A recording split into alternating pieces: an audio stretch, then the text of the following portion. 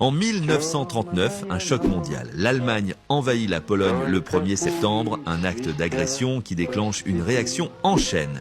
Mais ce n'est pas seulement une question de frontières. L'Europe est un baril de poudre avec des tensions accumulées depuis des années.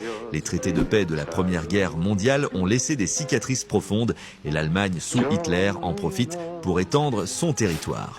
Pourtant, peu de gens savent que des accords secrets avaient été signés. Le pacte germano-soviétique, par exemple, a permis à l'Allemagne d'agir sans crainte d'une attaque de l'Est. Ce pacte signé en août 1939 divise l'Europe de l'Est en sphères d'influence.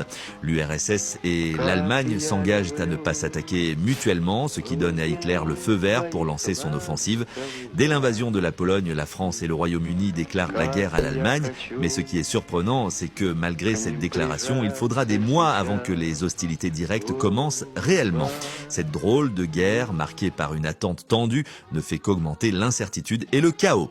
En effet, cette période de stagnation illustre à quel point les décisions politiques peuvent influencer le cours des événements. Ainsi, la Seconde Guerre mondiale commence non seulement par des actes militaires, mais aussi par des jeux diplomatiques complexes.